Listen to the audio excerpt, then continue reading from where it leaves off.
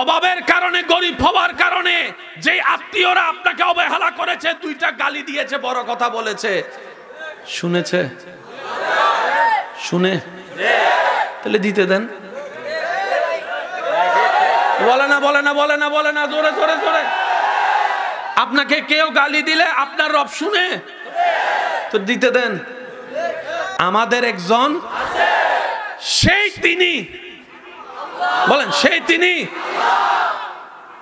অন্য নবীর উম্মত ওনার বান্দা ছিল, কিন্তু উনি ওদের জন্য যতটুক দয়াবান ছিলেন না, আমাদের জন্য।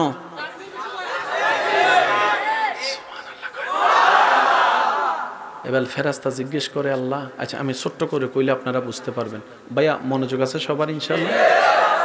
সাজা হয় অপরাধের কারণে। অপরাধ মানি গুনাহ, অপরাধ মানি। আচ্ছা, আপনারা জানেন সমস্ত নবীর উম্মত কার বান্দা? ভাই একটু জোরে বলেন, কার বান্দা? আচ্ছা, ওনাদের বেলায় আল্লাহর সিস্টেমটা কি ছিলেন জানেন? আল্লাহ তাআলা যে কোনো কাজে 3 বার নিষেধ করতেন। কয়বার? প্রথমবার, দ্বিতীয়বার, তৃতীয়বার। যদি তারা না শুনতো, বলে না গজব দিয়ে। যেমন আপনারা জানেন নূহ আলাইহিস সালামের প্লাবনের কথা জানেন, আসমান থেকে অগ্নিবর্ষণের কথা জানেন, বানর বানাই দেওয়ার ঘটনা জানেন। একটু জোরে বলেন না। মূসা নবীর আমলে ফেরাউনের বংশধর সহ গজব মানি শেষ। বলেন গজব মানি, এতটুকু বুঝবেন। এবার আপনারা আমাকে উত্তর দিবেন, শুধু স্টেজ উলামায়ে কেরাম যারা আছে, বাবা দাদা নানার বয়সী যারা আছে, ওনারা একটু শুনবেন। সব নবীর উম্মত কার বান্দা? আগের নবীর উম্মতের গুনাহ বেশি ছিল না আমাদের? আমি বলবো না, আপনারা বলেন। শুনেন, মূসা নবীর উম্মতে ফেসবুক ছিল না, মূসা নবীর, ঈসা নবীর উম্মতে ইউটিউব ছিল না, কথা কয় না তো। দাউদ নবীর উম্মতের কাছে হোয়াটসঅ্যাপ ছিল না, আমাদের কাছে।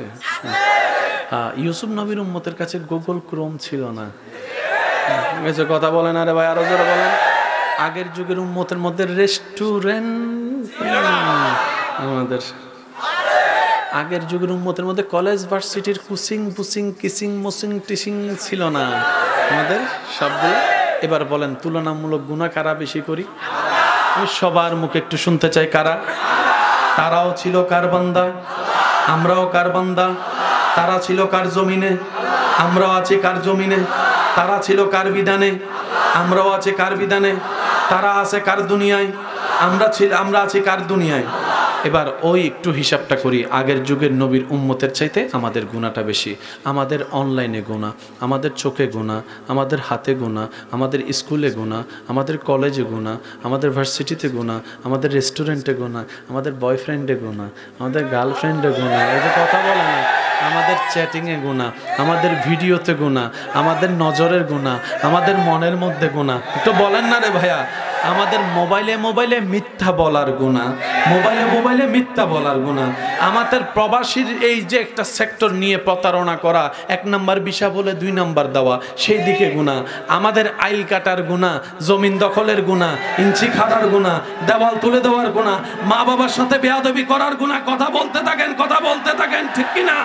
আমাদের ইফটিজিং করার গুনাহ, আমাদের পরকিয়া করার গুনাহ, আমাদের বড়র সাথে বেয়াদবি করার গুনাহ, আমাদের ছোটদের জায়গা জমিন দখল করার গুনাহ। আমাদের গুনাহ তাদের চাইতে 1000 গুণ বেশি। তারা 1 সপ্তাহ মিলে যেই গুনাহ করত, আপনি আমি 1 মিনিটে তার চাইতে বেশি গুনাহ করি, তার চাইতে বেশি গুনাহ করি। কথা বলেন ঠিক কি না? তখনও এই জমিন ছিল, এখনো যে জমিনটা আছে, তখনও সেই সূর্য ছিল, এখনো যে সূর্যটা আছে, তখনও সেই চন্দ্র দেখেছে, এখনো যে চন্দ্র আলোকিত করছে, তখনও জিব্রাইল ছিল, এখনো জিব্রাইল আছে। আমি সবার মনোযোগ চাচ্ছি, আমার নবীর উম্মত যারা আছেন, নবী রাহমাতুল লিল আলামিনের উম্মত, সবার একটু মনোযোগ চাচ্ছি।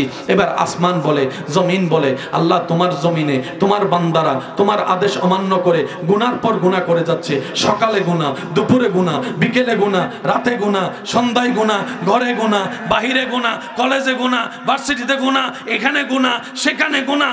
আল্লাহ তারা গুনায় গুনায় ভরপুর। এমন কি রাতে যখন ঘুমাইতে যায়,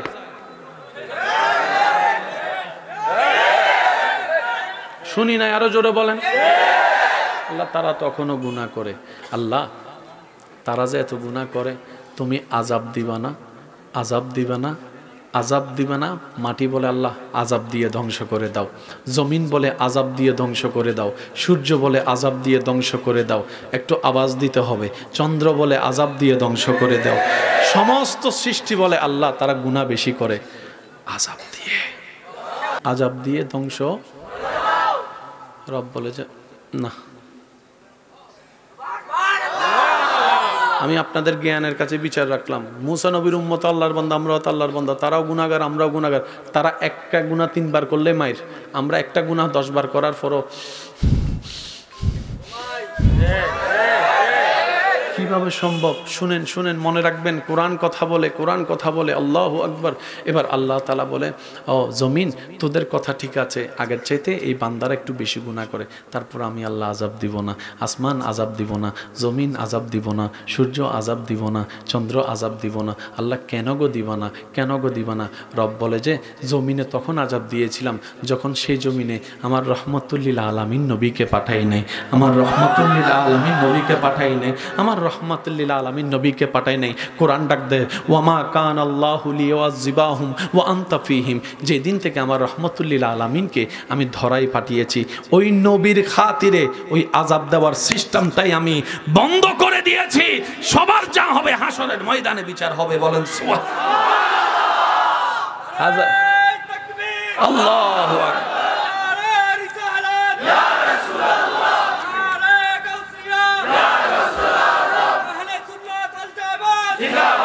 আল্লাহ নবীর খাতিরে আমাদের সবাইকে মাফ করে দিন। এমনি সত্যি করে একটা কথা কইবেন, নিজের গুনার কথা তো আমরা সবাই নিজেরটা জানি, অন্যটা না জানলো। আচ্ছা, আমার গুনাহ, আপনার গুনাহ, আমাদের গুনাহ যদি পরিবারের মানুষে জানতো, হ্যাঁ কি কি বাদ দিত না? আচ্ছা বাদ দিত না কইছেন, আরেকজনে কইছে কি বাইর করে দিত, বাইর করে দিত। মানে নিজের রক্তের মানুষও যদি আমাদের গুনাহ জানতো, বাইর করা দেওয়ার সময় হেতা কইতো তুইও কম কি। জামাই যখন বউয়ের কইতো এত গুনাহ, বউ কইব আমিও কইতাম নি। আল্লাহ পাক বলে, আমি আল্লাহ মানুষের দোষকে গোপন করে রাখি, তাদের ইজ্জতকে বজায় রাখি, ইজ্জতকে বজায় রাখি, ইজ্জতকে। সুবহানাল্লাহ, শুনি নাই?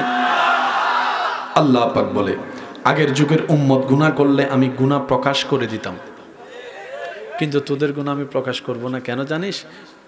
কেন জানিস? কারণ তোদের সাথে আমার হাবিবের একটা সম্পর্ক আছে।